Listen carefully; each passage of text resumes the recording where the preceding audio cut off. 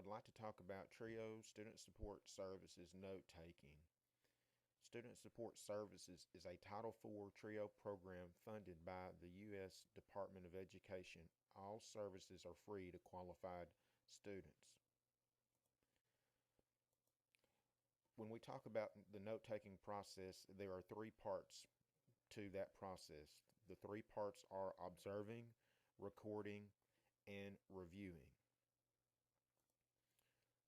When we observe, what we are doing is we're seeing facts, relationships, events, and statements. Also, when we're in the observe stage, we are setting the stage.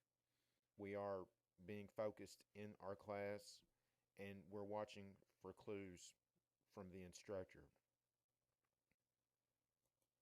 I'd like to talk about setting the stage. So in order to set the stage, it's important to do several uh, components.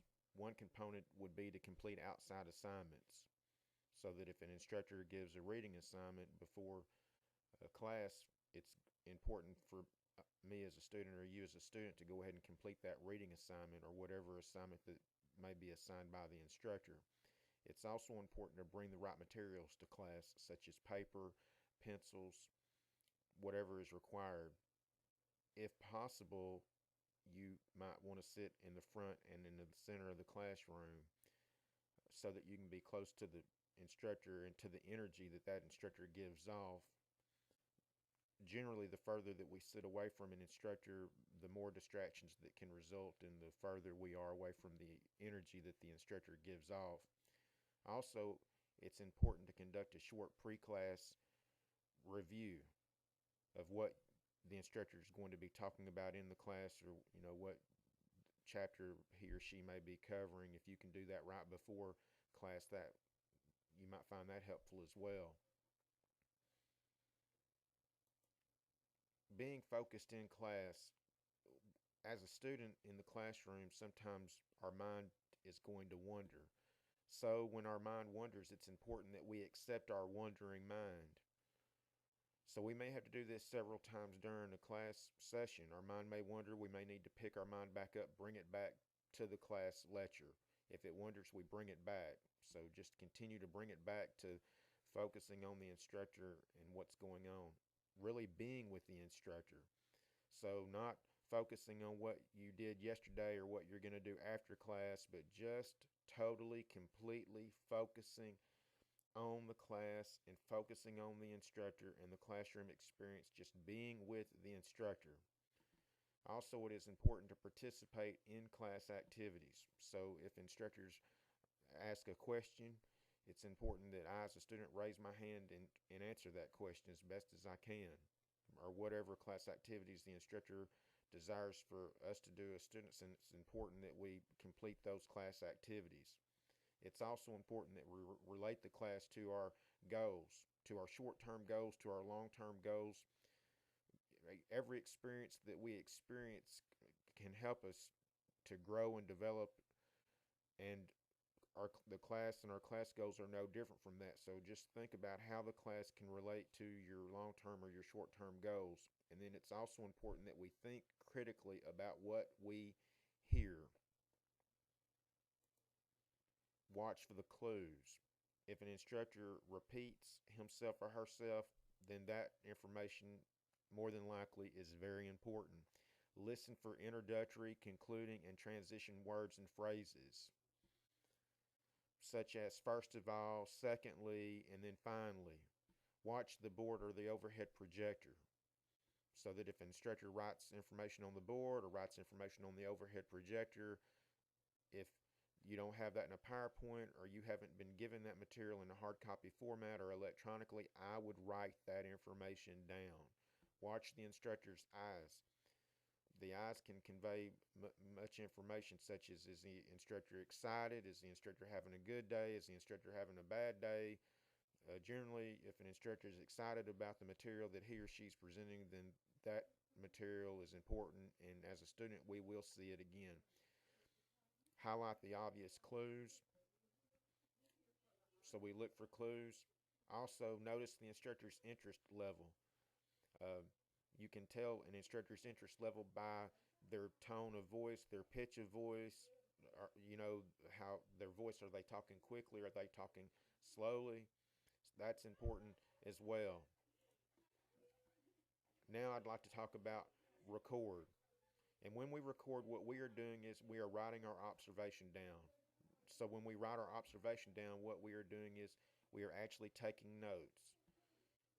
And there are several things that we can do to take more effective notes. One thing that can be done is using the Cornell format of note taking.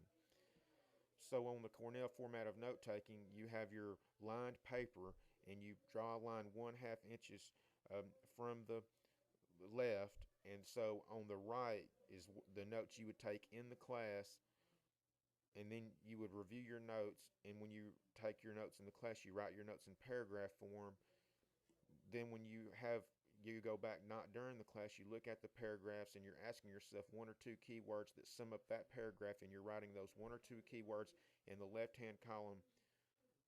And then after you review your notes, you cover your notes up, and then you look at the left hand column and you look at those one or two keywords.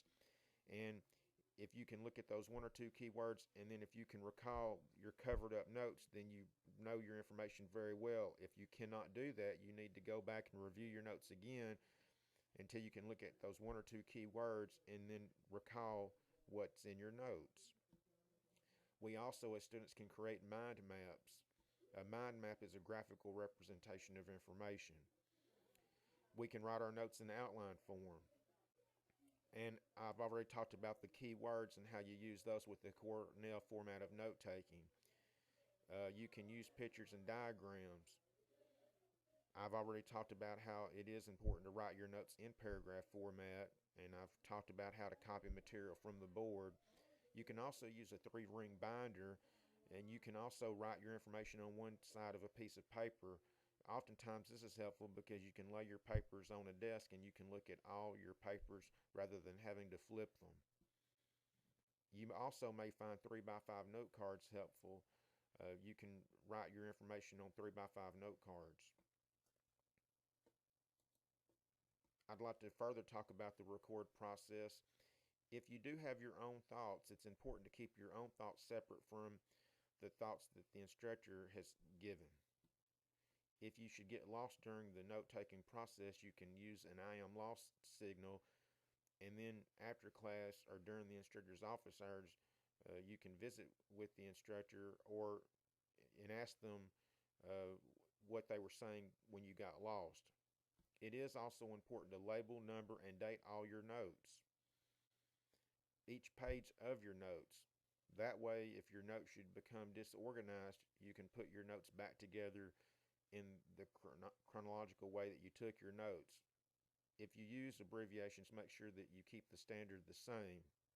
Also, it's a good idea to have some blank space, to put some blank space in your notes so that if instructor comes back to a previous point, if you have blank space, you can go ahead and write what they wanted in their previous point. Tape recorders can be helpful to use in the classroom. To use a tape recorder effectively, it is important to continue to take notes even if you're using a tape recorder or a recording device. So just because you as a student may be using a recording device, that doesn't mean that you need to not take notes, because for several reasons. First of all, the recording may not be very clear. Batteries may die. So there's just a lot of reasons why it's also still important for you to take notes even if you choose to use a recording device. Use complete sentences when material is important. So you take notes using complete sentences. Take notes in different colors. Sometimes that's helpful.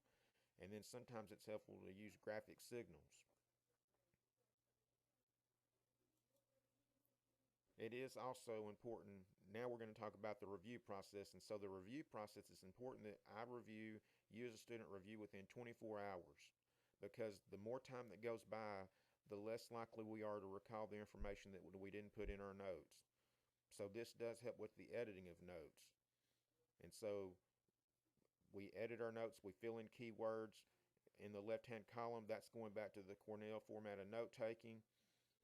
And I've talked about how to do that. Conduct short weekly review periods. I'm a big proponent of doing a 45-minute review with a 15-minute break, and during the break you do something you find rewarding, use keywords as cues to recite. That goes back to the Cornell format of note taking, or can go back to your 3x5 note cards, both types to help you. Consider typing your notes. And so, why should you consider typing your notes? Because it gives you an opportunity to go back over the notes you've written and to type them on the keyboard. And as you're typing them on the keyboard, you're saying the words to yourself silently. You're actively involved in going back through that information process, that intellectual process, and that helps you with the learning process. Also, you may find that your typed notes are a lot neater and a lot more condensed or shorter than your written notes. Create mind map summaries. A mind map summary is a graphical representation of information, and it summarizes information. So again, I know I talked about the Cornell method of note taking, but let's just look at it. An example, and this is a psychology class, and so this is a student in a psychology class, and these are the notes they took in the center of the page. So the subject notes are neuroanatomy, divisions of the nervous system. The nervous system can be divided into systems. These systems are connected and function together. The nervous system is divided into the central nervous system and the peripheral nervous system. Further, the student writes, during the note-taking process, the central nervous system is divided into two major parts, the brain and the spinal cord. The peripheral nervous system is divided into two major parts, the somatic nervous system and the autonomic nervous system. So these are the notes that the student took in the class. Now when we move to the left-hand side, the line that's drawn, then the student is looking at that paragraph, that first paragraph, where it says neuroanatomy, divisions of the nervous system, and the student is asking himself or herself what single word or two words define that whole paragraph or sum up that whole paragraph. And in this case, it could be divisions of the nervous system. And then the second paragraph, the student is looking at that paragraph and saying, okay, if I just had to use one or two words, what would sum up that paragraph? And in this case, it would be CNS and PNS. And then after the student reviewed their notes 3 or 4 times, they would cover up their notes, and then they would just look at divisions of the nervous system. And then if they could say out loud or to themselves what was covered up, the information that was covered up, then we could say that they know their notes. If the student can't do that, then the student needs to review their notes, 3 or 4 more times until they really know their notes.